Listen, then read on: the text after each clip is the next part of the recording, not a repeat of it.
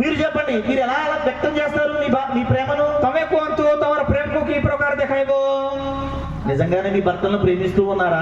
ସତରେ ଏକା ତମର ସ୍ୱାମୀ ମାନଙ୍କୁ ପ୍ରେମ କରୁଛ କି ନାହିଁ? భర్తలారా, మీరు మీ భార్యలను ప్రేమిస్తూనే ఉన్నారా? ସ୍ୱାମୀ ମାନେ ତମର ସ୍ତ୍ରୀ ମାନଙ୍କୁ ତମେ ପ୍ରେମ କରୁଛ କି ନାହିଁ? గుండెల మీద చేసుకుని ధైర్యంగా చెప్పండి. ଛାତି ଉପରେ ହାତ ଦେଇକରି ତମେ ସତ କଥା କହି ଦେଖ. అయితే మీ ప్రేమను రుజువు చేసుకోండి. ହେଲେ ତମର ପ୍ରେମକୁ ତମେ ତାଙ୍କ ସାମ୍ନାରେ ଦେଖାଅ. హృదయంలో టన్నుల కొద్ది ప్రేమ ఉంటే సరిపోదు. ହୃଦୟ ଭିତରେ ଟନ ଟନ ପ୍ରେମ ଥିଲେ ହେବ ନାହିଁ. ఈ హృదయంలో ఉన్న ప్రేమను వెల్లడి చేయాలి. ତମର ହୃଦୟରେ ଥିଲା ପ୍ରେମକୁ ବାହାରକୁ ଦେଖାଇବାର ଅଛି. నోరు తెరిచైనా చెప్పండి, ପାଟି ଖୋଲି କରି ହେଲେ ମଧ୍ୟ କୁହନ୍ତୁ, లేదా కనీసం క్రియల రూపంలో అయినా చూపండి మీ ప్రేమను. ନଥିଲେ କମ ସେ କମ ତମର କାର୍ଯ୍ୟ ଦ୍ୱାରା ହେଲେ ତମର ପ୍ରେମକୁ ଦେଖାନ୍ତୁ. యేసయ్య అంటున్నాడు, ପ୍ରଭୁ ଯୀଶୁ କହୁଛନ୍ତି, ఈవిడ నన్ను విస్తారముగా ప్రేమించింది అంటున్నాడు. ଏ ମୋତେ ବହୁତ ପ୍ରେମ କରିଅଛି ବୋଲି କହୁଛନ୍ତି. యేసయ్యకు ఎలా తెలిసిందో తెలుసా? ପ୍ରଭୁଙ୍କୁ କେମିତି ଜଣା ପଡିଲା ଜାଣିଛ କି? ఈవిడ ఏం చేసిందో తెలుసా? ଏ କଣ କରିଲା ଜାଣିଛ କି? తన హృదయంలో ఉన్న ప్రేమను ତାଙ୍କର ହୃଦୟରେ ଥିଲା ପ୍ରେମକୁ నాలుగు పనుల ద్వారా, ଚାରିଟା କାର୍ଯ୍ୟ ଦ୍ୱାରା, నాలుగు క్రియల ద్వారా ଚାରିଟା କ୍ରିୟା ଦ୍ୱାରା వెల్లడి చేసింది, ବ୍ୟକ୍ତ କରୁଛି. ఏం చేసిందో తెలుసా? କଣ କରିଲା ଜାଣିଛ କି? తన కన్నీటితో యేసయ్య పాదాలు కడిగింది. ଏକରେ ତାଙ୍କର ଅଶ୍ରୁଜଳ ସହିତ ଈଶ୍ୱରଙ୍କର ପାଦ ଧୋଇଦେଲା. తన తల వెంట్రుకలతో యేసయ్య పాదాలు తుడిచింది. ମସ୍ତକର କେଶ ସହିତ ତାଙ୍କର ଆଶୁ ପୋଛିଦେଲା. అత్తరు తీసుకొచ్చి యేసయ్య పాదాలకు పూసింది. ସୁଗନ୍ଧି ତୈଳ ଆଣିକରି ପ୍ରଭୁଙ୍କର ପାଦରେ ଲଗାଇଲା. యేసయ్య పాదాలు తీసుకుని ముద్దు పెట్టుకుంటూ ఉంది. ଆଉ ଏଇ ପ୍ରଭୁଙ୍କର ପାଦ ଧରି ଚୁମ୍ବନ କରଲା. ఎప్పుడైతే ఈ నాలుగు పనులు యేసయ్య చూశాడో, ଯେତେବେଳେ ପ୍ରଭୁ ଯୀଶୁ ఈ ଚାରିଟା କାମକୁ ଦେଖିଲେ, వెంటనే యేసయ్య అంటున్నాడు, ସାଙ୍ଗେ ସାଙ୍ଗେ ପ୍ରଭୁ କଣ କହୁଛନ୍ତି? ఈవిడ నన్ను విస్తారముగా ప్రేమించింది ଇଏ అంటున్నాడు. ମୋତେ ବହୁତ ପ୍ରେମ କରିଅଛି ବୋଲି କହୁଛନ୍ତି. వెంటనే మరొక మాట కూడా అన్నాడు ସାଙ୍ଗେ యేసయ్య, ସାଙ୍ଗେ ପ୍ରଭୁ ଯୀଶୁ ଆଉ ଗୋଟେ କଥା ମଧ୍ୟ କହୁଛନ୍ତି, ఈ విస్తారమైన పాపాలు కూడా క్షమించి వేస్తున్నాను అన్నాడు. ଆଉ ତମର ପାପ ସବୁ ମଧ୍ୟ କ୍ଷମା କରାଯାଇଅଛି ବୋଲି କହୁଛନ୍ତି. ఇక మీదట నువ్వు పరిశుద్ధురాలివి అంటున్నాడు. ଆଜିଠାରୁ ତମେ ପବିତ୍ର ହୋଇଅଛ ବୋଲି କହୁଛନ୍ତି. సరిగ్గా అలాగే మనం కూడా ଠିକ ସେଇ ପରିମାଣ ଆମମାନେ ମଧ୍ୟ పరిశుద్ధపరచబడాలి అంటే ପବିତ୍ରୀକୃତ ହେବାର ଅଛି ବୋଲେ మనం కూడా ఏం చేయాలో తెలుసా? ଆମମାନେ ମଧ୍ୟ କଣ କରିବାର ଅଛି ଜାଣିଛ କି? మనం కూడా ఈ నాలుగు పనులు చేయాలి. ଆମମାନେ ମଧ୍ୟ ఈ ଚାରିଟା କାମ କରିବାର ଅଛି. మనం కూడా యేసయ్య పాదాల మీద కన్నీటి ప్రార్థన చేయాలి. ଆମମାନେ ମଧ୍ୟ ପ୍ରଭୁଙ୍କର ପାଦ ତଳେ ପଡିକରି ଅଶ୍ରୁ ଜଳ ସହିତ ପ୍ରାର୍ଥନା କରିବାର ଅଛି. మన తల వెంట్రుకలతో యేసయ్య పాదాలు తొడవాలి. ଆମମାନଙ୍କର ମସ୍ତକର କେଶ ସହିତ ପ୍ରଭୁଙ୍କର ପାଦ ପୋଛି ଦେବାର ଅଛି. అత్తరు తీసుకొచ్చి యేసయ్య పాదాలకు పూయాలి. ସୁଗନ୍ଧି ତୈଳ ଆଣି ପ୍ରଭୁଙ୍କର ପାଦରେ ମୁଖାଇବାର ଅଛି. ఆయన పాదాలు మానక ముద్దు పెట్టుకుంటూ ఉండాలి. ତାଙ୍କର ପାଦକୁ ନିରନ୍ତର ଆମମାନେ ଚୁମ୍ବନ କରିବାର ଅଛି. నాలుగు పనులు మనం కూడా చేస్తే ଚାରିଟା କାମ ଆମମାନେ ମଧ୍ୟ କରିଲେ యేసయ్య మనతో కూడా ఈ మాట అంటాడు, ପ୍ରଭୁ ଆମମାନଙ୍କର ସହିତ ମଧ୍ୟ ଏ କଥା କହିବେ, బిడ్డ, ହେ ପିଲା, నీవు నన్ను విస్తారముగా ప్రేమించావు గనుక ତୁମେ ମୋତେ ବହୁତ ପ୍ରେମ କରିଥିବା ଦ୍ୱାରା నీ విస్తార పాపాలు కొట్టివేస్తున్నాను. ତୁମର ଅସଂଖ୍ୟ ପାପକୁ ସବୁ ମୁଇଁ କ୍ଷମା କରୁଛି. ఇక మీదట నువ్వు పరిశుద్ధుడివి అంటాడు. ଆଜିଠାରୁ ତୁମେ ପବିତ୍ର ବୋଲି କରି କହିବେ. మీరు పరిశుద్ధుడు నవ్వాలి అన్న ఆశ కలిగిన వాళ్ళు చేతులు ఎత్తండి. ଆଉ କେତେ ଲୋକମାନଙ୍କୁ ପବିତ୍ର ଭାବରେ ହେବାର ଆଶା ଅଛି? ଗୋଟେଥର ହାତ ଟେକ. మీలో ఎంతమంది యేసయ్యను ప్రేమిస్తున్నారో చేతులు ఎత్తండి. ତମର ଭିତରେ କେତେ ଲୋକ ପ୍ରଭୁଙ୍କୁ ପ୍ରେମ କରୁଛ? ଗୋଟେଥର ହାତ ଟେକ. చూసారా? ଦେଖିଲ କି? యేసయ్యను ఎంతమంది ప్రేమిస్తున్నారో చేతులు ఎత్తండి అంటే అందరూ చేతులు ఎత్తారు. ପ୍ରଭୁଙ୍କୁ କେତେ ଜଣ ପ୍ରେମ କରୁଛ ବୋଲା ସାଙ୍ଗେ ସାଙ୍ଗେ ସମସ୍ତେ ହାତ ଟେକଲ. కానీ మీలో ఈ నాలుగు లక్షణాలు ఉన్నాయా? ମାତ୍ର ତମର ଭିତରେ ଏଇ ଚାରିଟା ଲକ୍ଷଣ ଅଛି କି? ఏంటో ఆ నాలుగు లక్షణాలు ఇప్పుడు చూద్దాం. ସେ ଚାରିଟା ଲକ୍ଷଣ କଣ ଆମମାନେ ଏବେ ଦେଖିବା. ఆ తర్వాత నేను మరలా ఈ ప్రశ్న అడుగుతాను మిమ్మల్ని. ତାର ପୁନର୍ବାର ମୁଇଁ ତମକୁ ଏ ପ୍ରଶ୍ନ ପଚାରିବି, మీరు నిజంగానే యేసయ్యను ప్రేమిస్తున్నారా? ତମେ ସତ ଭାବରେ ପ୍ରଭୁଙ୍କୁ ପ୍ରେମ କରୁଛ କି ବୋଲି? ఈ నాలుగు లక్షణాలు మీలో ఉన్నాయా అని. ଏ ଚାରିଟା ଲକ୍ଷଣ ତମର ଭିତରେ ଅଛି କି ବୋଲି? అప్పుడు కూడా ఇలాగే చేతులెత్తి ధైర్యంగా చెప్పండి. ସେତେବେଳେ ମଧ୍ୟ ତମେ ଏମିତି ଆକା ସାହସ କରି ହାତ ନେଇ କରି ଉତ୍ତର ଦେବାର ଅଛି. అప్పుడు చూస్తాను మీ భక్తి ఏ పాటిదో. ସେତେବେଳେ ମୁଇଁ ଦେଖିବି ତମର ଭକ୍ତି କେତେ ଅଧିକ ଅଛି ବୋଲବାଟା. మొదటి లక్షణం చూద్దాం. ପ୍ରଥମ ଲକ୍ଷଣ ଆମେ ଦେଖିବା, కన్నీటితో యేసయ్య పాదాలు కడిగింది. ଅଶ୍ରୁ ଜଳ ସହିତ ପ୍ରଭୁଙ୍କର ପାଦ ଧୋଇଦେଲା. అంటే అర్థం ఏంటో తెలుసా? ହେଲେ ତାର ଅର୍ଥ କଣ ଜାଣିଛ କି? కన్నీటి ప్రార్థనా జీవితం. ଅଶ୍ରୁ ଜଳ ସହିତ ପ୍ରାର୍ଥନାର ଜୀବନ.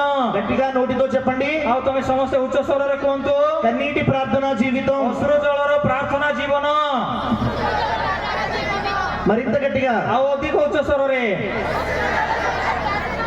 ప్రతి ఒక్కరూ కూడా ఈ కన్నీటి ప్రార్థనా జీవితాన్ని సాధన చేయాలి. ପ୍ରତ୍ୟେକ ଲୋକ ମଧ୍ୟ এই ଅଶ୍ରୁ ଜଳ ସହିତ ପ୍ରାର୍ଥନା ଜୀବନକୁ ସେମାନେ ଅଭ୍ୟାସ କରିବାର ଅଛି. ఒక వ్యక్తి పరిశుద్ధపరచబడాలి అంటే ଜଣେ ବ୍ୟକ୍ତି ପବିତ୍ରୀକୃତ ହେବାର ଅଛି ବୋଲେ మొట్టమొదటిగా అతనిలో కలగవలసిన మార్పు ఏంటో తెలుసా? ସର୍ବପ୍ରଥମେ ସେ ମନୁଷ୍ୟ ଉପରେ ଥିବା କଥା କଣ ଜାଣିଛ କି? అతని హృదయంలో ତାଙ୍କର ହୃଦୟରେ లోపల నుండి ତାଙ୍କର ଭିତର ଠାରୁ పశ్చాత్తాపం పైకి పుట్టుకు రావాలి. ଅନୁତାପ ବୋଲବାଟା ବାହାରକୁ ଆସିବାର ଅଛି. తాను చేసిన పాపాల పట్ల, ସେ କରିଥିବା ପାପ ଦ୍ୱାରା తాను ఎవరికైతే అన్యాయం చేశాడో, ସେ ଯୋଉ ଅନ୍ୟାୟ କରିଅଛି, ఏ వ్యక్తి పట్ల అయితే అన్యాయంగా ప్రవర్తించాడో, ଯୋଉ ଲୋକର ପ୍ରତି ଅନ୍ୟାୟ ଭାବରେ ତାର ବ୍ୟବହାର କରିଅଛି, ఏ వ్యక్తినైతే దోచుకున్నాడు, ଯୋଉ ଲୋକକୁ ସେ ଚୋରି କରିଅଛି, తాను చేసిన పాపం పట్ల ସେ କରିଥିବା ପାପ ଠାରୁ అతనికి అసహ్యం పుట్టుకు రావాలి. ଆଉ ତାକୁ ଘୃଣା ଲାଗିବାର ଅଛି। అలా తన మనస్సులో నుండి, ସେଇ ପ୍ରକାର ତାର ମନ ଭିତର ଠାରୁ, తన హృదయంలో నుండి ତାର ହୃଦୟ ଠାରୁ దుఃఖం పుట్టుకు రావాలి. ଆଉ ଦୁଃଖ ଆସିବାର ଅଛି। ఏదో దేవుని సన్నిధికి వచ్చి మోకరించి, ଆମେ ମାନେ ଖାଲି ପ୍ରଭୁଙ୍କର ପାଖରେ ଆସିକରି ଆଣ୍ଠୁ ପାତି ଦେଇକରି అయ్యా నేను తప్పు చేశాను, ପ୍ରଭୁ ମୁଁ ଏ ଭୁଲ କରିଛି, నన్ను క్షమించు అంటే కుదరదు. ମତେ କ୍ଷମା କର ବୋଲେ ହେଇଯିବ ନାହିଁ। నువ్వు ఎవరికైతే విరోధంగా పాపం చేశావో, ତମେ ଯାହାର ବିରୁଦ୍ଧରେ ପାପ କରିଅଛ, ఆ విరోధంగా పాపం చేసిన వ్యక్తిని తలుచుకుంటూ, ଆଉ ସେ ବ୍ୟକ୍ତିକୁ ତମେ ମନେ ପକାଇ କରି, పాపాన్ని తలుచుకుంటూ ଆଉ ତମର ପାପକୁ ତମେ ମନେ ପକାଇ దేవుని ఎదుట నీ పాపాన్ని ఒప్పుకోవాలి. ପ୍ରଭୁଙ୍କର ସାମ୍ନାରେ ତମର ପାପକୁ ସ୍ୱୀକାର କରିବାର ଅଛି। అయ్యా ପିତା నేను ఆ వ్యక్తికి విరోధంగా పాపం చేయలేదు, ମୁଇଁ ସେ ବ୍ୟକ୍ତିର ବିରୁଦ୍ଧରେ ପାପ କରି ନାହିଁ, సాక్షాత్తు నీకే విరోధంగా నేను పాపం చేశాను, ମୁଇଁ ସ୍ୱୟଂ ତମର ବିରୁଦ୍ଧରେ ଆଗ ପାପ କରିଅଛି, నన్ను క్షమించు ప్రభువా అని ମତେ କ୍ଷମା କର ପ୍ରଭୁ ବୋଲି గుండె బద్దలైపోయి ଆମର ହୃଦୟ ଚୂର୍ଣ୍ଣ ହୋଇ కళ్ళలో నుండి కన్నీరు బయటకు రావాలి. ଆଖିଠାରୁ ଆସୁ ବାହାରିବାର ଅଛି। దానిని లోతైన పశ్చాత్తాపం అంటారు. ସେଟାକୁ ଗଭୀର ଅନୁତାପ ବୋଲି କରି କହିବେ। 2వ కొరింథీ పత్రిక 7:10లో ଦ୍ୱିତୀୟ କୋରିନ୍ଥୀୟ ପତ୍ରିକା 7 ପର୍ବ 10 ପଦରେ పౌలు భక్తుడు మాట్లాడుతూ అంటాడు, ପౌଲ ଭକ୍ତ କହୁଛନ୍ତି, దైవ చిత్తానుసారమైన దుఃఖమట ଈଶ୍ୱରଙ୍କର ଇଚ୍ଛା ଅନୁସାରେ ଆସିବା ଦୁଃଖ ପୁଣି రక్షణార్థమైన మారు మనసు కలుగు చేస్తుందట. ପରିତ୍ରାଣ ଯୁକ୍ତ ମନ ପରିବର୍ତ୍ତନ ଆମମାନଙ୍କୁ ଦେବ ପୁଣି। రక్షణకు పనికొచ్చే మారు మనసు ఒకటి ఉందట. ଆଉ ପରିତ୍ରାଣର ଆଉ ଗୋଟେ ନାମ ଅଛି, దానికి ତାର దైవ చిత్తానుసారమైన దుఃఖం కావాలట. ଈଶ୍ୱରଙ୍କର ଇଚ୍ଛା ଅନୁସାରେ ଥିଲା ଦୁଃଖ ଆବଶ୍ୟକ ପୁଣି। నిన్ను నువ్వే గిల్లుకుని ఏడవడం కాదు, ତମେ ନିଜେ ନିଜେ ଆଗ କିଛି ହେଇକରି ନିଜେ ଆଗ କାନ୍ଦବାଟା ନାହିଁ, దైవ చిత్తానుసారమైన దుఃఖమట. ଆଉ ଈଶ୍ୱରଙ୍କର ଇଚ୍ଛା ଅନୁସାରେ ଥିଲା ଦୁଃଖ। అంటే దేవుడే కలిగించే దుఃఖము, ବୋଲେ ପ୍ରଭୁ ନିଜେ ଆଗ ଆମମାନଙ୍କୁ ଦେବା ଦୁଃଖ, దేవునికి ఇష్టమైన దుఃఖము, ପ୍ରଭୁଙ୍କୁ ଇଚ୍ଛା ଲାଗବା ଦୁଃଖ, ఆత్మ కలిగించే దుఃఖము, ଆତ୍ମା ପ୍ରେରଣ କରିବା ଦୁଃଖ, ఆత్మ నడిపింపుతో వచ్చే దుఃఖము. ଆତ୍ମାର ଚାଳନା ଦ୍ୱାରା ଆସିବା ଦୁଃଖ। అలాంటి ఒక దైవికమైన దుఃఖము నీకు రావాలి. এই ପ୍ରକାର ଦୈବିକ ଦୁଃଖ ତମର ଭିତରେ ଆସିବାର ଅଛି ସିନା, అలాంటి దుఃఖములో నుండి కన్నీరు పుట్టుకు రావాలి. ଆଉ ସେ ଦୁଃଖ ମଧ୍ୟରୁ ଆମମାନଙ୍କର ଅଶ୍ରୁ ଜଳ ବାହାରିବାର ଅଛି। ఆ కన్నీరు నీ హృదయాన్ని శుద్ధి చేస్తుంది. ଆଉ ସେ ଅଶ୍ରୁ ଜଳ ତମର ହୃଦୟକୁ ପରିଷ୍କାର କରିବ। నీ పాపాల విషయంలో పశ్చాత్తాపం లేదనుకో, ତମର ପାପ ବିଷୟରେ ତମକୁ ଯଦି ଅନୁତାପ ନାହିଁ ବୋଲ, నీ కళ్ళ నుండి ఒక కన్నీటి బొట్టు కూడా రాదు. ତମର ଆଖି ଠାରୁ ଗୋଟେ ଆସୁର ଟୋପା ମଧ୍ୟ ବାହାରିବ ନାହିଁ। నువ్వు దేవుని సన్నిధికి వచ్చి 10 రూపాయలు ఇస్తే, ତମେ ପ୍ରଭୁଙ୍କର ସାନ୍ନିଧ୍ୟରେ ଆସିକରି 10 ଟଙ୍କା ଯଦି ଦେଲେ, దేవుడు నీ రుణం ఉంచుకోడు గనక ପ୍ରଭୁ ତମକୁ ଋଣୀ ହେବେ ଥିବେ ନାହିଁ, ସେଥିପାଇଁ నీకు 100 రూపాయలు ఇచ్చి ତମକୁ 100 ଟଙ୍କା ଦେଇକରି నీకు నాకు చెల్లు పో అంటాడు. ତମକୁ ଆରି ମତେ ଆରି ସବୁ ହିସାବ ଛିଡ଼ିଗଲା ଯା ବୋଲି କରି କହିବେ। అదే నువ్వు దేవుని సన్నిధికి వచ్చి ସେଟା ଆକା ତମେ ଯଦି ପ୍ରଭୁଙ୍କ ସାନ୍ନିଧ୍ୟରେ ଆସି కన్నీరు కారిస్తే ఏమిస్తాడో తెలుసా? ଆସୁ ବୁହାଇ କରି ଆସୁ ବୁହାଇଲେ କଣ ଦେବେ ଜାଣିଛ କି? పాప క్షమాపణ ఇచ్చేస్తాడు, ପାପ କ୍ଷମା ଦେବେ, పరిశుద్ధతనే నీకు ఇచ్చేస్తాడు. ପବିତ୍ରତାକୁ ଦେବେ। ఆది కాండము గ్రంథములో ଆଦି పుస్తକରେ ఎబ్బోకు రేవు దగ్గర ଜବକ ନିର୍ଝର ନିକଟରେ యాకోబు చేసిన ప్రార్థన మీ అందరికీ తెలుసు కదా. ଯାକୋବ କରିଥିବା ପ୍ରାର୍ଥନା ତମେ ସମସ୍ତେ ଜାଣିଛ ନାହିଁ କି? యాకోబు చేసిన పోరాటం మీ అందరికీ తెలుసు కదా. ଯାକୋବ କରିଥିବା ସଂଘର୍ଷ ତମେ ସମସ୍ତେ ଜାଣିଛ ନାହିଁ କି? ఆ రాత్రి కాలంలో ସେ ରାତ୍ରି କାଳରେ యాకోబు చేసిన ଯାକୋବ କରିଥିବା కన్నీటి ప్రార్థన ఒకసారి చూడండి. ଅଶ୍ରୁ ଜଳ ସହିତ ପ୍ରାର୍ଥନା ତମେ ଗୋଟେ ଥର ଦେଖନ୍ତୁ। అక్కడ ఏమని రాయబడి ఉందో తెలుసా? ସେ ଜାଗାରେ କଣ ବୋଲି କରି ଲେଖା ଅଛି ଜାଣିଛ କି? యాకోబట ଯାକୋବ ପୁଣି దేవునితో పోరాడుతూ ఉన్నాడట. ଈଶ୍ୱରଙ୍କର ସହିତ ସଂଘର୍ଷ କରୁଅଛି। దేవుడట ପ୍ରଭୁ ପୁଣି యాకోబును గెలవలేకపోతున్నాడట. ଯାକୋବଙ୍କୁ ହରାଇ ପାରୁନାହାନ୍ତି ପୁଣି। ఎంత విచిత్రం ఈ మాట! କେତେ ବିଚିତ୍ର କଥା! దేవుడేమిటి ପ୍ରଭୁ କଣ ఒక భక్తుడిని గెలవలేకపోవడం ఏమిటి? ଆରି ଗୋଟେ ମନୁଷ୍ୟ ସହିତ ସଂଘର୍ଷ କରି ଜିଣି ନ ପାରବାଟା କଣ? అసలు ఇది జరిగే పనేనా? ଏଇଟା ସମ୍ଭବ ବିଷୟ କି? కానీ దేవుడు అంటున్నాడు, ମାତ୍ର ପ୍ରଭୁ କହୁଛନ୍ତି యాకోబు ଯାକୋବ నన్ను విడిచిపెట్టు. ମତେ ଛାଡି ଦିଅ। యాకోబు అంటున్నాడు, ଯାକୋବ କହୁଛି నన్ను ఆశీర్వదించితేనే గాని ମତେ ଯେ పର୍ଯ୍ୟନ୍ତ ଆଶୀର୍ବାଦ କରିବ ନାହିଁ విడిచిపెట్టను ମୁଁ అంటున్నాడు. ତାଙ୍କୁ ଛାଡିଦେବି ନାହିଁ ବୋଲି କହୁଛି। దేవుడు అంటున్నాడు, ପ୍ରଭୁ କହୁଛନ୍ତି యాకోబు ଯାକୋବ నిన్ను గెలవలేకపోతున్నాను ମୁଁ అంటున్నాడు. ତାଙ୍କୁ ଜିଣି ପାରୁ ନାହିଁ ବୋଲି କରି କହୁଛନ୍ତି।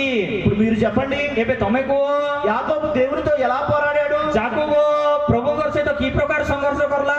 కత్తి పట్టుకుని ఏమైనా యుద్ధం చేస్తూ ఉన్నాడా? ଖଣ୍ଡା ଧରି କରି ଯୁଦ୍ଧ କରୁଛି କି? యేసయ్యతో ఏమైనా కుస్తీ పోటీలో పొందుతూ ఉన్నాడా? ହେଲେ ପ୍ରଭୁଙ୍କର ସହିତ କୁସ୍ତି ଲଢେଇ କରୁଛି କି? మరి యేసయ్య ఎందుకు గెలవలేకపోతున్నాడు? ହେଲେ ପ୍ରଭୁ କାହିଁକି ଜିଣି ପାରୁନାହାନ୍ତି?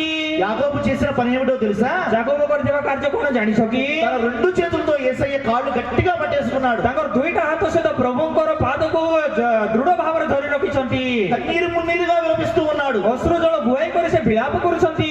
నా అన్న నన్ను చంపడానికి వస్తున్నాడు, మహాప్రభు నన్ను రక్షించు అంటూ ఏడుస్తున్నాడు. ମୋର ଭାଇମାନେ ମତେ ମାରିବା ପାଇଁ ଆସୁଛନ୍ତି, ମହାପ୍ରଭୁ ମତେ ରକ୍ଷା କର ବୋଲି କହୁଛନ୍ତି। ఒకటే కన్నీరు, ఒకటే కన్నీరు. କେବଳ ଗୋଟେ ପଇସା ସେ ଅଶ୍ରୁ ବୁହାଉଛନ୍ତି। హోషేయ గ్రంథము 12వ అధ్యాయము 4వ వచనంలో ఏముంటుందో తెలుసా? ହୋଶେୟ 12 ପର୍ବ ତାର 4 ପଦରେ କଣ ଲେଖା ଲେଖାଇଥିବ ଜାଣିଛ କି? అక్కడ దేవుడు మాట్లాడుతూ ఏమంటాడో తెలుసా? ସେ ଜାଗାରେ ପ୍ରଭୁ କହିବା ସମୟରେ କଣ କହୁଛନ୍ତି ଜାଣିଛ କି? ఆ రాత్రి యాకోబు పోరాడిన పోరాటాన్ని ఏమంటాడో తెలుసా? ସେ ରାତ୍ରିକାଳ ସମୟରେ ଯାକୋବ କରିଥିବା ସଂଘର୍ଷକୁ କଣ ବୋଲି କହୁଛନ୍ତି ଜାଣିଛ କି? ఆ రాత్రి యాకోబు అట దేవునితో ସେ ରାତ୍ରିକାଳ ସମୟରେ ଯାକୋବ ପୁଣି ପ୍ରଭୁଙ୍କର ସହିତ మగసిరి కలిగిన వాడిలాగా పోరాడాడట. ଆଉ మగసిరి కలిగిన వాడిలాగా పోరాడట. ଆଉ ଆଉ ସେ ଗୋଟେ ପୁରୁଷ ଯେ ପ୍ରକାର ବଳବାନ ହେବ ସେ ପ୍ରକାର ସଂଘର୍ଷ କରଲା ପୁଣି మగతనం కలిగిన వాడిలాగా పోరాడాడట. ଗୋଟେ ପୁରୁଷ ଲୋକ ପରି ସେ ସଂଘର୍ଷ କରଲା ఒక మగాడిలాగా పోరాడాడట. ଗୋଟେ ଭେଣ୍ଡିଆ ପିଲା ପରି ସଂଘର୍ଷ କରଲା ఇంతకీ యాకోబు ఏం చేశాడయ్యా అంటే ଏତିକି ଭିତରେ ଯାକୋବ କଣ କରଲା ବୋଲେ ఒకటే కన్నీరు గారుస్తూ ఉన్నాడు. ଖାଲି ଆସୁ ଆଗ ବୁହାଉଛି ఆ కన్నీటి ప్రార్థనకి దేవుడు పెట్టిన పేరేంటో తెలుసా? ସେ ଆସୁ ବୁହାଇବା ବିଷୟକୁ ପ୍ରଭୁ ଦେଲା ନାମ କଣ ଜାଣିଛ କି? మగసిరి కలిగిన పోరాటం అన్నాడు. ଆଉ ଯୁବକ ନଥିଲେ ପୁରୁଷର ସଂଘର୍ଷ ବୋଲି କହିଛନ୍ତି అదే లోకం ఏమంటుందో తెలుసా? ସେଟାକୁ ଆଗ ଜଗତ କଣ କହୁଛି ଜାଣିଛ କି? ఒక మగవాడు ఏడుస్తున్నాడు అనుకోండి, ଗୋଟେ ପୁରୁଷ ଯଦି କାନ୍ଦୁଥିବ ବୋଲ ఈ లోకం ఏమంటుందో తెలుసా? ଏ ଜଗତ କଣ ବୋଲି କରି ନାମ ଦେବ ଜାଣିଛ କି? ఎందుకురా ఆడదానిలాగా ఏడుస్తున్నావు అంటుంది. କାହିଁକି ରେ ଝିଅ ପିଲା ପରି କାନ୍ଦୁଛୁ ବୋଲି କରି କହିବେ కానీ దేవుడు ఏమంటున్నాడో తెలుసా? ମାତ୍ର ପ୍ରଭୁ କଣ କହୁଛନ୍ତି ଜାଣିଛ କି? ఆ కన్నీటిని ఏమంటున్నాడో తెలుసా? ସେ ଅଶ୍ରୁ ଜଳ କଣ କହୁଛନ୍ତି ଜାଣିଛ କି? ఒక మగాడిలాగా పోరాడాడు ଗୋଟେ అంటున్నాడు. ପୁରୁଷ ସଦୃଶ ସେ ସଂଘର୍ଷ କରିଅଛି ବୋଲି କହୁଛନ୍ତି నువ్వు ఈ లోకానికి విలువిస్తావా? ତମେ ଏଇ ଜଗତକୁ ମୂଲ୍ୟ ଦେବ దేవుని మాటకు విలువిస్తావా? ନା ପ୍ରଭୁଙ୍କର କଥାକୁ ମୂଲ୍ୟ ଦେବ? దేవుని దృష్టిలో నీ కన్నీటి విలువ ఎంతో చూడు ఒకసారి. ପ୍ରଭୁଙ୍କ ଦୃଷ୍ଟିରେ ତମର ଅଶ୍ରୁ ଜଳର ମୂଲ୍ୟ କେତେ ଗୋଟେ ଥର ଦେଖନ୍ତୁ దేవుడు నీ కన్నీటికి ఎంత విలువిస్తున్నాడో చూడు ఒకసారి. ପ୍ରଭୁ ତମର ଅଶ୍ରୁ ଜଳକୁ କେତେ ମୂଲ୍ୟ ଦଉଛନ୍ତି ଦେଖନ୍ତୁ యాకోబు కన్నీరు కార్చేసరికి దేవుడు అంటున్నాడు, ଯାକୋବ ଯେତେବେଳେ ଆଂସୁ ବୁହାଉଛନ୍ତି ସେତେବେଳେ ପ୍ରଭୁ କହୁଛନ୍ତି యాకోబు నేను నిన్ను గెలవలేకపోతున్నాను ଯାକୋବ అంటున్నాడు. ମୁଇଁ ତମକୁ ହରାଇ ପାରୁନାହିଁ ବୋଲି କରି କହୁଛନ୍ତି యాకోబు కన్నీరు ఏం చేసిందో తెలుసా? ଯାକୋବଙ୍କର ଅଶ୍ରୁ ଜଳ କଣ କରଲା ଜାଣିଛ କି? దేవుణ్ణి కట్టిపడేసింది. ପ୍ରଭୁଙ୍କୁ ବାନ୍ଧି ଦେଲା దేవుణ్ణి ఒక్క అడుగు కూడా కదలనివ్వకుండా చేసింది. ପ୍ରଭୁଙ୍କୁ ଗୋଟେ ପାଦ ମଧ୍ୟ ଆଗକୁ ବଢବାକୁ ଦେଲା ନାହିଁ దేవుణ్ణి ఓడించేసింది. ପ୍ରଭୁଙ୍କୁ ହରାଇ ଦେଲା దేవుని మనస్సుని కరిగించేసింది. ପ୍ରଭୁଙ୍କର ମନକୁ ତରଳାଇ ଦେଲା నీ కన్నీటికి కూడా ତମର ଅଶ୍ରୁ ଜଳକୁ ମଧ୍ୟ అంతే శక్తి ఉంది. ସେତିକି ଶକ୍ତି ଅଛି నీవు కన్నీరు దాచినా సరే ତମେ ମଧ୍ୟ ଅଶ୍ରୁ ଜଳ ବୁହାଇଲେ ఈ దేవుని హృదయం కరిగిపోతుంది. ତମର ପ୍ରଭୁଙ୍କର ହୃଦୟ ତରଳି ଯିବ నీ కన్నీటికి కూడా దేవుణ్ణి కదలనివ్వని శక్తి ఉంది. ଆଉ ତମକୁ ମଧ୍ୟ ପ୍ରଭୁଙ୍କର ତମର ଅଶ୍ରୁ ଜଳକୁ ମଧ୍ୟ ପ୍ରଭୁଙ୍କର ହୃଦୟକୁ ହଲାଇ ପାରିବା ଶକ୍ତି ଅଛି నీ కన్నీటికి కూడా దేవుణ్ణి గెలవనివ్వని శక్తి ఉంది. ତମର ଅଶ୍ରୁ ଜଳକୁ ମଧ୍ୟ ପ୍ରଭୁଙ୍କୁ ହରାଇବା ଶକ୍ତି ଅଛି నీ కన్నీటిని కూడా దాడి ఒక్క అడుగు కూడా దేవుడు ముందుకు వేయలేడు. ତମର ଅଶ୍ରୁ ଜଳକୁ ମଧ୍ୟ ପ୍ରଭୁ ଗୋଟେ ପାଦ ମଧ୍ୟ ଲାଙ୍ଗି କରି ଯାଇପାରିବେ ନାହିଁ కానీ నీ కన్నీటి యొక్క విలువ నీకు తెలియడం లేదు. ମାତ୍ର ତମର ଅଶ୍ରୁ ଜଳର ମୂଲ୍ୟ ତମେ ନିଜେ ଜାଣିପାରୁନାହଁ కన్నీటి విలువ నీకు అర్థం కావడం లేదు. ତମର ଅଶ୍ରୁ ଜଳର ମୂଲ୍ୟ ତମେ ନିଜେ ଜାଣୁନାହଁ ఒకసారి యాకోబును చూడండి, ଥରେ ଯାକୋବଙ୍କୁ ଦେଖନ୍ତୁ ఎవరి కోసం ఏడుస్తున్నాడు? କାହାର ପାଇଁ ସେ କାନ୍ଦୁଛି? ఆత్మల భారం కోసం ఏమైనా ఏడుస్తున్నాడా? ଆତ୍ମାର ଭାର ନିମନ୍ତେ କାନ୍ଦୁଛି କି? శత్రువుల కోసం ఏమైనా ఏడుస్తున్నాడా? ଶତ୍ରୁ ମାନଙ୍କର ବିଷୟରେ କାନ୍ଦୁଛି କି? ఎవరినైనా రక్షించమని ఏడుస్తున్నాడా? ମତେ କାହା କହିଲେ ରକ୍ଷା କର ବୋଲି କାନ୍ଦୁଛି କି? సంఘం కోసం ఏమైనా ఏడుస్తున్నాడా? ମଣ୍ଡଳୀ ନିମନ୍ତେ ରୋଦନ କରୁଛି କି? విశ్వాసుల కోసం ఏమైనా ఏడుస్తున్నాడా? ନଥିଲେ ସେ ଜାଗା ଥିଲେ ସମାଜର ଲୋକମାନଙ୍କ କାନ୍ଦୁଛି କି? నశించిపోతున్న ఆత్మల భారం పట్ల ఏమన్నా శ్రద్ధతో ఏడుస్తున్నాడా? ବିନଷ୍ଟ ହେଉଥିବା ଆତ୍ମା ମାନଙ୍କର ପ୍ରତି ସେ କାନ୍ଦୁଛି କି? ఏమీ లేదు. କିଛି ନାହିଁ కేవలం କେବଳ తన కొరకు తాను ఏడుస్తున్నాడు. ନିଜର ପାଇଁ ସେ ନିଜେ ଆଗ କାନ୍ଦୁଛି తన ప్రాణం రక్షించుకోవడానికి ఏడుస్తున్నాడు. ତା ନିଜର ପ୍ରାଣ ରକ୍ଷା କରିବା ପାଇଁ କାନ୍ଦୁଛି నీ కోసం నువ్వు ఏడ్చినా సరే, ତୁମର ପାଇଁ କାନ୍ଦଲେ ମଧ୍ୟ నీ కోసం నువ్వు కన్నీరు కాచినా సరే, ତୁମ ନିଜର ପାଇଁ ତମେ କାନ୍ଦଲେ ମଧ୍ୟ నీ కన్నీటికి విలువనిచ్చి ତୁମର ଅଶ୍ରୁ ଜଳକୁ ମୂଲ୍ୟ ଦେଇ యేసయ్య నీ దగ్గరికి దిగి వచ్చేస్తాడు. ପ୍ରଭୁ ଯୀଶୁ ତୁମର ପାଖକୁ ଓହ୍ଲାଇ ଆସିବେ నువ్వు ఏది అడిగితే అది ତମେ ఇచ్చేస్తాడు. ଯାହା ମାଗଲେ ତାହା ଦେଇଦେବେ నీ దృష్టిలో నీ కన్నీటికి విలువ లేదేమో, ତୁମର ଦୃଷ୍ଟିରେ ତୁମର ଅଶ୍ରୁ ଜଳର କୌଣସି ମୂଲ୍ୟ ନଥିବ దేవుని దృష్టిలో నీ కన్నీటికి ఎంత విలువ ఉందో తెలుసా? ମାତ୍ର ପ୍ରଭୁଙ୍କ ଦୃଷ୍ଟିରେ ତୁମର ଅଶ୍ରୁ ଜଳ କେତେ ମୂଲ୍ୟ ଅଛି ଜାଣିଛ କି? కీర్తనకారుడైన దావీదు భక్తుడు మాట్లాడుతూ అంటాడు, ଗୀତରଚକ ଦାଉଦ ଭକ୍ତ এই ପ୍ରକାର କହୁଛନ୍ତି దేవుడట పరలోకములో ପ୍ରଭୁ ପୁଣି ସ୍ୱର୍ଗ ରାଜ୍ୟରେ కన్నీటిని గాజు సీసాలో భద్రం చేస్తూ ఉన్నాడట. ଆଉ ସେ ଅଶ୍ରୁ ଜଳକୁ ଗୋଟେ କାଚର ଡବାରେ ଜାଗ୍ରତ କରୁଛନ୍ତି ପୁଣି ఎవరైనా సరే వేటిని భద్రం చేస్తారు? କିଏ ହେଲେ ମଧ୍ୟ କୋଉ ବିଷୟକୁ ଜାଗ୍ରତ ଭାବରେ ରଖିବ? విలువైన వాటినే కదా భద్రం చేసేది. ମୂଲ୍ୟବାନ ବସ୍ତୁକୁ ନାଇକି ସେମାନେ ଜାଗ୍ରତ କରି ରଖବାଟା మీరు మీ ఇళ్లలో వేటిని భద్రం చేస్తారు? ତମେ ତମର ଘରେ ଘରେ କୋଉ ବିଷୟକୁ ଭଲ ଭାବରେ ଜାଗ୍ରତ କରି ରଖିବ? బంగారము, డబ్బు, వెండి నగలు ఇలాంటి వాటినే కదా భద్రం చేసేది. ସୁନା రూపా ଟଙ୍କା ମୁକ୍ତାକୁ ନେଇକି ତମେ ଜାଗ୍ରତ କରି ରଖିବ? కానీ పాపం యేసుక్రీస్తు ప్రభుల వారు అమాయకులు గనుక, ମାତ୍ର ପ୍ରଭୁ ଯୀଶୁ ଖ୍ରୀଷ୍ଟ କିଛି ନ ଜାଣିବା ସାଧୁ ଲୋକ ନେଇକି ఆయనకి ఏమీ తెలియదు గనుక, ତାଙ୍କୁ ତ କିଛି ଜଣା ନାହିଁ ఆయన అమాయకుడు గనుక ସେ ଗୋଟେ ସାଧୁ ଲୋକ ఆయన ఏం భద్రం చేసుకుంటున్నాడో తెలుసా? ସେଥିପାଇଁ ସେ କିସ୍ଟାକୁ ଜମାଇ କରି ରଖୁଛନ୍ତି ଜାଣିଛ କି? మీరు కాచే ప్రతి కన్నీటి బొట్టును కూడా గాజు సీసాలో భద్రం చేసుకుంటూ ତମେ ఉన్నాడు. ଛରାଇବା ପ୍ରତ୍ୟେକ ଅଶ୍ରୁ ଡବା ମଧ୍ୟ ସେ ଗୋଟେ କାଚର ଡବାରେ ଭର୍ତ୍ତି କରି ରଖୁଛନ୍ତି ପୁଣି మీరైతే ఏమో బంగారం భద్రం చేసుకుంటున్నారు, ତମେ ହେଲେ ସୁନାକୁ ଜାଗ୍ରତ କରି ରଖବ, యేసయ్య కన్నీటిని భద్రం చేసుకుంటున్నారు. ମାତ୍ର ପ୍ରଭୁ ଯୀଶୁ ତମର ଆଶୁ ଡବାକୁ ଜାଗ୍ରତ କରି ରଖୁଛନ୍ତି. ఏది విలువైనదో ఇప్పటికైనా అర్థమవుతుందా? ଏବେ କୋଉଟା ମୂଲ୍ୟବାନ ଜିନିଷ ଏବେ ହେଲେ ବୁଝିପାରିଲ କି ନାହିଁ? నీ కన్నీటికి యేసయ్య ఎంత విలువిస్తున్నాడో నీకు ఈ పూట అర్థమైతే, ତମର ଅଶ୍ରୁ ଜଳକୁ ପ୍ରଭୁ କେତେ ମୂଲ୍ୟ ଦଉଛନ୍ତି ଏବେ ହେଲେ ତମେ ଯଦି ବୁଝିପାରିଲେ, నువ్వు మోకరించిన ప్రతిసారి కూడా ତମେ ଆଣ୍ଠୁ ବାଜୁଥିବା ପ୍ରତ୍ୟେକ ଥର ମଧ୍ୟ కన్నీరు కార్చకుండా పైకి లేవు. ତମେ ଆଶୁ ନ ବହେଇ କରି ଉପରକୁ ଉଠି ପାରିବ ନାହିଁ. కన్నీటి ప్రార్థన లేకుండా, ଅଶ୍ରୁ ଜଳ ସହକାରେ ଥିବା ପ୍ରାର୍ଥନା ନ କରି, ప్రార్థనలో కన్నీరు లేకుండా ତମର ପ୍ରାର୍ଥନା ଅଶ୍ରୁ ଜଳ ନ ଥାଇ నువ్వు ఆ ప్రార్థన ముగించలేవు. ତମେ ସେ ପ୍ରାର୍ଥନା ସମାପ୍ତ କରିପାରିବ ନାହିଁ. ఒకవేళ నీకు కన్నీటి ప్రార్థన అలవాటు లేకపోతే, ଯଦି ତମକୁ ଅଶ୍ରୁ ଜଳ ବହେଇ କରି କର ପ୍ରାର୍ଥନା ଯଦି ଅଭ୍ୟାସ ନଥିଲେ, ఈ రోజు నుండైనా సరే కన్నీటి ప్రార్థన సాధన చేయి. ଆଜିଠାରୁ ହେଲେ ମଧ୍ୟ ତମର ଅଶ୍ରୁ ଜଳ ସହକାରେ ପ୍ରାର୍ଥନା ଅଭ୍ୟାସ କର. ఈ కన్నీటికి ఎంత శక్తి ఉందో అర్థం చేసుకో. ତମର ଅଶ୍ରୁ ଜଳ କେତେ ଶକ୍ତି ଅଛି ବୁଝିପାର. ఇది కొత్త విషయం ఏమీ కాదు, ଏଇଟା କିଛି ନୂତନ ବିଷୟ ନାହିଁ. మీ ఇంట్లో జరిగే విషయమే. ଏଇଟା ତମର ଘରେ ଚାଲୁವ ବିଷୟ. ఈ భర్తల దగ్గర మీరు చేసే విషయమే. ଏଇଟା ତମର ସ୍ୱାମୀ ମାନଙ୍କର ପାଖରେ ତମେ କରିବା କାମ ଆକା.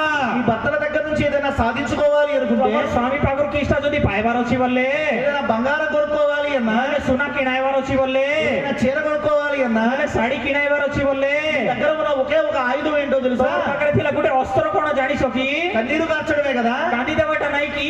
భర్త కొనకపోతే మీరు ఏం చేస్తారు? ତମର ସ୍ୱାମୀ ଯଦି କିଣି ନଦେଲେ ତମେ କଣ କରିବ? అందుకే కన్నీరు కారుస్తూ కూర్చుంటే, ଆଉ ତମେ ଯଦି ଆଖି ଚାଳୁ ଆସୁ ବଏ ବଏ ବସିଲେ, ఈ కన్నీటిని చూసిన మీ భర్త ତମର ଆସୁକୁ ଦେଖିକରି ତମର ସ୍ୱାମୀ କିଣି ଆଣିଦେବ ନାହିଁ କି? కరిగిపోయి ସେ ତରଳି ଯାଇ ఏది అడిగితే ఇచ్చేడా? ଯୋଉଟା ମାଗିଲେ ସେଇଟା ଆଣିଦେବ ନାହିଁ କି? అలాగే మీ దేవుడు కూడా ఇచ్చేస్తాడు ସେ కరిగిపోయి. ପ୍ରକାର ତମର ପ୍ରଭୁ ମଧ୍ୟ ତମକୁ ସେମିତି ଆଘାତ ଦେଇଦେବେ. మీ భర్త ఎందుకు కరిగిపోతున్నాడో తెలుసా? ତମର ସ୍ୱାମୀ କାହିଁକି ତରଳି ଯାଉଛନ୍ତି ଜାଣିଛ କି? మీ భర్త దేనితో తయారు చేయబడ్డాడో తెలుసా? ତମର ସ୍ୱାମୀ କୋଉ ବସ୍ତୁ ସହିତ ନିର୍ମିତ ହୋଇଅଛନ୍ତି ଜାଣିଛ କି? మీ భర్త మట్టితో తయారు చేయబడ్డాడు. ତମର ସ୍ୱାମୀ ମାଟିରେ ନିର୍ମିତ ହୋଇଅଛନ୍ତି. కన్నీరు కారిస్తే ସେଥିପାଇଁ ତମର ଆଖିରୁ ଆସୁ ବାହାରିଲେ, మీ భర్త మట్టి కనుక ଆଉ ତମର ସ୍ୱାମୀ ମାଟି ହେଇଥିବା ଦ୍ୱାରା కరిగిపోతున్నాడు. ସେ ସାଙ୍ଗେ ସାଙ୍ଗେ ତରଳି ଯାଉଛି. మీరు దేనితో తయారు చేయబడ్డారో తెలుసా? ଆଉ ତମେ ମାତ୍ର କି ବିଷୟ ସହିତ ନିର୍ମିତ ହୋଇଛ ଜାଣିଛ କି? ఓ భార్యలారా, మీరు దేనితో తయారు చేయబడ్డారో తెలుసా? ହେ ସ୍ତ୍ରୀ ମାନେ ତମେ କାହା ଦ୍ୱାରା ନିର୍ମିତ ହୋଇଛ ଜାଣିଛ କି? మీరు ఎముకతో తయారు చేయబడ్డారు. ତମେ ଅସ୍ଥି ଦ୍ୱାରା ନିର୍ମିତ ହୋଇଛ. ఒకవేళ మీ భర్త కనుక ଯଦି ତମର ସ୍ୱାମୀ కన్నీరు కార్చాడు అనుకోండి, ଅଶ୍ରୁ ଜଳ ବୁହାଇଲେ ବୋଲ, మీ మనసు కరుగుతుందా? ତମର ମନ ତରଳିବ କି? మీ మనసు ఎప్పటికీ కరగదు. ତମର ମନ କେବେ ମଧ୍ୟ ତରଳି ଯିବ ନାହିଁ. ఆడదాని మనసు ఎప్పటికీ కరగదు. ସ୍ତ୍ରୀ ଲୋକର ମନ କେବେ ମଧ୍ୟ ତରଳିବ ନାହିଁ. ఎముక కరుగుతుందా చెప్పండి? ଗୋଟେ ହାଡ଼ କେବେ ମଧ୍ୟ ତରଳି ଯିବ କି କୁହ? కన్నీటికి మట్టి అయినా కరుగుతుంది కానీ ହେଲେ ଆଁସୁ ବୁହାଇଲେ ମାଟି ହେଲେ ତରଳି ଯିବ ସିନା, ఎముక కరగదు కదా. ହାଡ଼ ତ କେବେ ତରଳିବ ନାହିଁ କି? మీ మనసు ఎప్పటికీ కరగదు. ତମର ମନ କେବେ ମଧ୍ୟ ତରଳିବ ନାହିଁ. మీ దగ్గర ఉన్న ఆయుధాన్ని ఉపయోగించండి. ତମର ପାଖରେ ଥିଲା ଅସ୍ତ୍ରକୁ ବ୍ୟବହାର କର. మీ భర్త అయినా కరిగిపోవాల్సిందే. ତମର ସ୍ୱାମୀ ହେଲେ ମଧ୍ୟ ତରଳି ଯିବାର ଅଛି. మనందరికీ భర్త అయిన యేసయ్య అయినా కరిగిపోవాల్సిందే. ଆମ ସମସ୍ତଙ୍କର ସ୍ୱାମୀ ହେଇଥିବା ପରମେଶ୍ୱର ହେଲେ ମଧ୍ୟ ତରଳି ଯିବାର ଅଛି. ఇది మీ పిల్లలు కూడా చేస్తూ ఉంటారు ఇంటిలో. ଏଇଟା ତମର ଘରେ ଥିଲା ପୁଅ ଝିଅମାନେ ମଧ୍ୟ କରୁଥିବେ. రోడ్డు మీద ఐస్ క్రీమ్ బండి వెళుతూ ఉంటే ରୋଡ ଉପରେ ଯଦି ଆଇସ୍କ୍ରିମ ଠେଲା ଗାଡି ଯାଉଥିଲେ, వాడు నాకు అది కావాలి అంటాడు. ସେମାନେ ସେଇଟା ଦରକାର ବୋଲି କହିବେ. మీరు కొనివ్వలేదు అనుకోండి, ତମେ ଯଦି କିଣି ନଦେଲ ବୋଲ, వాడు ఏం చేస్తాడు? ସେମାନେ କଣ କରିବେ? ఏడ్చి కన్నీరు గాచి సాధించుకుంటాడు. କାନ୍ଦି କାନ୍ଦି କରି ଆଖି ବାଟରୁ ଆସୁ ବୁହାଇ କରି ସେଟା କିଣାଇବେ. ఆ చిట్కానే ఈ పూట నేను మీకు కూడా చెప్తూ ఉన్నాను. ଆଉ ସେ କଥାକୁ ଆଗ ମୁଁ ତମକୁ ମଧ୍ୟ ଶିଖାଉଛି. ఇది ఒక వంటింటి చిట్కా అనుకోండి. ଏଇଟା ଗୋଟେ ରନ୍ଧା ଘରେ ଥିଲା ଗୋଟେ କଥା ବୋଲି ଭାବ. వంటగదిలో మీరు ఉపయోగించే ఒక చిట్కా అనుకోండి. ରନ୍ଧା ବଗରାରେ ତମେ କର ଗୋଟେ କାମ ବୋଲି କରି ଭାବ. దేవుని సన్నిధిలో ఉపయోగించండి ఈ చిట్కా. ପ୍ରଭୁଙ୍କର ସାନ୍ନିଧ୍ୟରେ ତମେ ଏଇ ଅସ୍ତ୍ରକୁ ମଧ୍ୟ ବ୍ୟବହାର କର. దేవుని పాదాల మీద పడి కన్నీరు గార్చండి. ପ୍ରଭୁଙ୍କର ପାଦ ତଳେ ରହିକରି ଅସ୍ତ୍ର ବୁହାଅ. ఒకవేళ నువ్వు కన్నీరు గార్చకపోతే, ଯଦି ତମେ ଆସୁ ନ ବୁହାଇଲେ, నువ్వు ఎంత భక్తి చేసినా, ତମେ ଯେତେ ଭକ୍ତି କରିଲେ ମଧ୍ୟ, నువ్వు బిర్యానీ పెట్టినా, ତମେ ବିରିୟାନୀ ଦେଲେ ମଧ୍ୟ, నువ్వు 1000 రూపాయల కానుక ఇచ్చినా, ତମେ 1000 ଟଙ୍କାର ଦାନ ଦେଲେ ମଧ୍ୟ, దేవుడు అంటాడు, ପ୍ରଭୁ କହିବେ నీ బిర్యానీ నాకెందుకు, ତମର ବିରିୟାନୀ ମତେ କାହିଁକି, నీ కానుకలు నాకెందుకు, ଚାନ ମତେ କିସ ଲୋଡ଼ା, ఇంటికి నేను వస్తే ତମର ଘରେ ମୁଇଁ ଆସିଲେ కాళ్ళు కడుక్కోవడానికి నీళ్ళు ఇవ్వలేదు, ଆଉ ଗୋଡ଼ ଧୋଇବା ପାଇଁ ମତେ ପାଣି ଦେଲ ନାହିଁ, తుడుచుకోవడానికి తువాలు ఇవ్వలేదు, ପୋଛିବା ପାଇଁ ତୁଆଲ ଦେଲ ନାହିଁ, నా తలకు దూని పెట్టలేదు, ମୋର ମସ୍ତକରେ ତୈଳ ଲଗାଇଲ ନାହିଁ, నన్ను ముద్దు పెట్టుకోలేదు. ମତେ ଚୁମ୍ବନ କରଲ ନାହିଁ. ఇవన్నీ యేసయ్య అన్న మాటలే కదా. ଏ ସବୁ ପ୍ରଭୁ ଯୀଶୁ କହିଲା କଥା ନାହିଁ କି? సీమోనును తెప్పి పొడుస్తూ అన్న మాటలే కదా. ସୀମନକୁ କହିବା କଥା ନୁହେଁ କି? యేసయ్య ఏ అపేక్షతో సీమోను ఇంటికి వచ్చాడు? ପ୍ରଭୁ କୋଉ ଆଶା ସହିତ ସୀମନଙ୍କର ଘରକୁ ଯାଇଛନ୍ତି? ఏమి ఆశించి సీమోను ఇంటికి వచ్చాడు? କଣ ଆଶା କରି ସୀମନଙ୍କର ଘରକୁ ଯାଇଛନ୍ତି? సీమోను బిర్యానీ పెడతాడని వచ్చాడా? ସୀମନ ବିରିୟାନୀ ଖାଇବେ ବୋଲି କରି ଆସିଲେ କି? ఏం ఆశించి వచ్చాడు? କଣ ଆଶା କରି ଆସିଛନ୍ତି? సీమోను ఇంత కన్నీరు గారుస్తాడని ఆశించాడు. ସୀମନ ଏତେ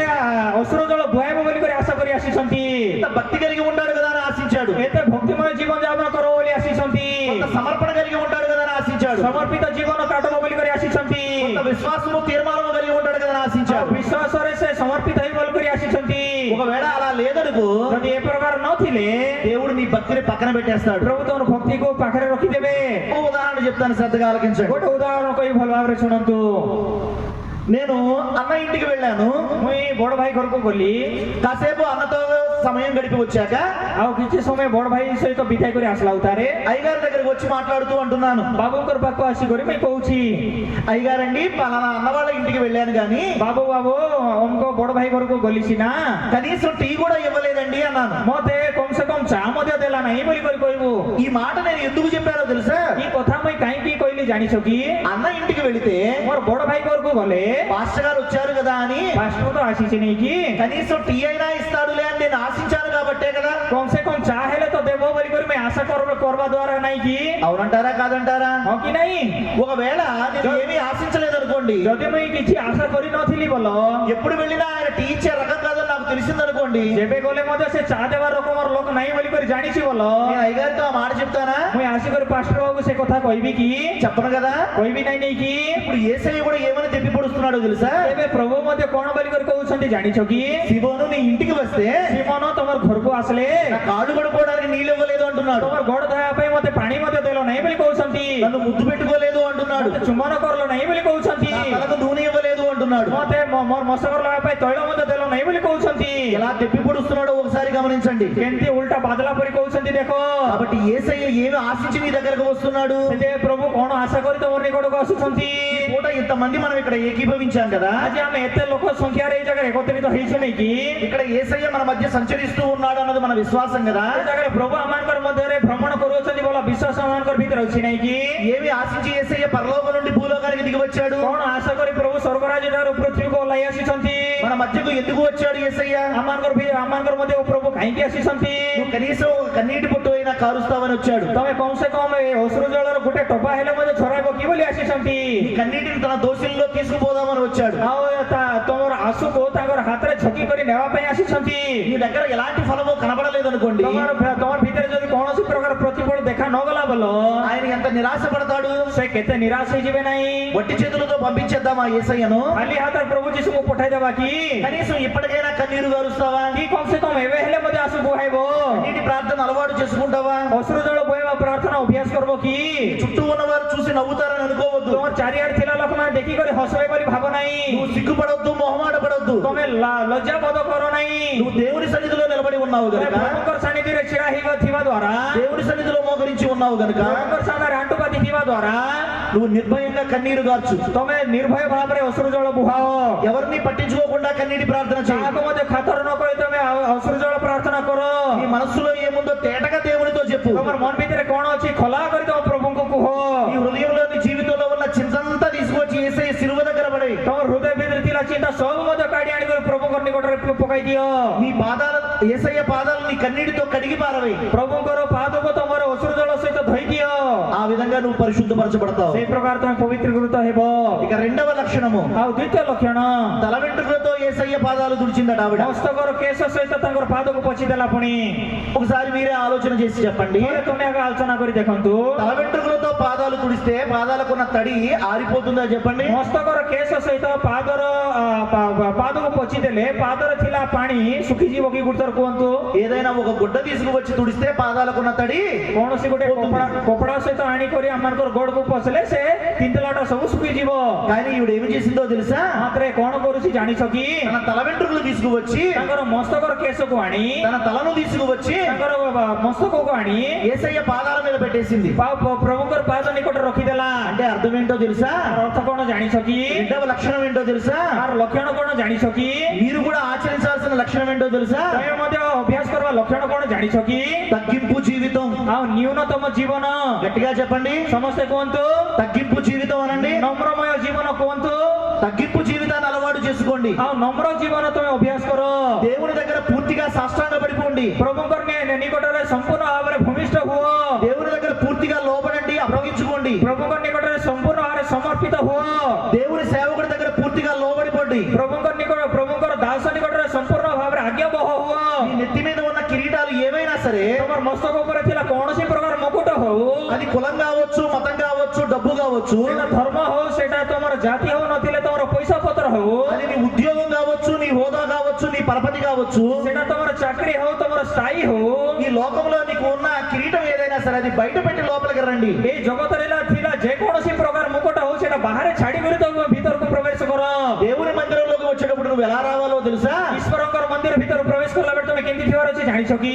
నేల మట్టుకు వంగిపోయి రావాలి, ଆମମାନେ ଭୂମିଷ୍ଠ ପ୍ରଣାମ କରି ଆସିବାର ଅଛି, పూర్తిగా లోబడిపోయి రావాలి. ଆଉ ସମ୍ପୂର୍ଣ୍ଣ ଭାବରେ ଆଜ୍ଞା ହୋଇ ଆସିବାର ଅଛି। అందుకే యేసుక్రీస్తు ప్రభువు వారు ఒక మాట అంటారు, ସେଥିପାଇଁ ପ୍ରଭୁ ଯୀଶୁ ଖ୍ରୀଷ୍ଟ ଗୋଟେ କଥା କହୁଛନ୍ତି, తనను తాను తగ్గించుకున్నవాడు హెచ్చించబడును, ଆଉ ଯିଏ ନିଜକୁ ନିଜେ নত କରିବ ସେ ଉନ୍ନତ ହେବ, తనను తాను హెచ్చించుకున్నవాడు తగ్గించబడును ଯିଏ అని. ନିଜକୁ ନିଜେ ଉନ୍ନତ କରିବ ସେ নত ହେବ।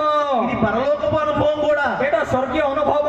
పరలోకంలో యేసయ్య లేచి నిలబడితే ସ୍ୱର୍ଗୀୟ ଅନୁଭବ ସ୍ୱର୍ଗରାଜର ପ୍ରଭୁ ଉଠିକରି ଠିଆ ହେଲେ చుట్టూ ఉన్న 24 పెద్దలు కూడా ଚାରିଆଡେ ଥିଲା 24 ପ୍ରାଚୀନ ମଧ୍ୟ తమ కిరీటాలు పక్కన పెట్టి ସେମାନଙ୍କର ମସ୍ତକରେ ଥିଲା ମୁକୁଟ କାଢି ଦେଇ యేసయ్య పాదాల మీద సాష్టాంగ పడిపోయారు. ପ୍ରଭୁଙ୍କର ପାଦ ନିକଟରେ ଭୂମିଷ୍ଠ ପ୍ରଣାମ କରୁଛନ୍ତି। పరలోకంలోనే అలాంటి అనుభవం ఉంటే ସ୍ୱର୍ଗରାଜ୍ୟରେ ଏକା ଯଦି ଏ ପ୍ରକାର ଅନୁଭବ ଥିଲେ భూలోకంలో మన సన్నిధిలో ఉండవద్దా? ପୃଥିବୀରେ ଆମେ ତାଙ୍କର ସାନ୍ନିଧ୍ୟରେ ଥିବାକୁ ହେବ ନାହିଁ କି? నీవు కూడా దేవుని మందిరానికి వెళ్ళినప్పుడల్లా ତମେ ମଧ୍ୟ ପ୍ରଭୁଙ୍କର ମନ୍ଦିରରେ ଯେବେ ଯିବ దేవుని ఎదుట, దేవుని సేవకుని ఎదుట